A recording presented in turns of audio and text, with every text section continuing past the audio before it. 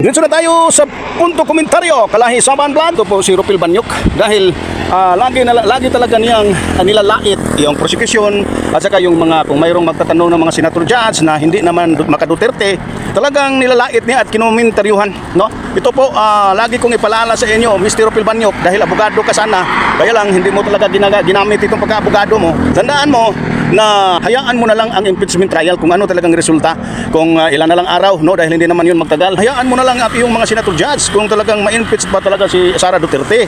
Huwag ka na lang magbigay ng komentaryo, nilalait mo pa dahil parang talo daw ang prosecution. Paano ba matalo ang prosecution sa lahat ng hearing dyan sa Senado? Talagang malinaw na malinaw, maliwanag pa sa sikat ng araw, kung wala talagang panalo ang mga defense counsel. Kaya hayaan mo na lang, Mr. Rupil Banyok, dahil kitang-kita naman yung kabayasan mo, media ka sana, no? Kaya hayaan mo na darating ang paghuhukom sa Senado. Diyan ka mag-judge, ha? Mr. Rupil Banyok.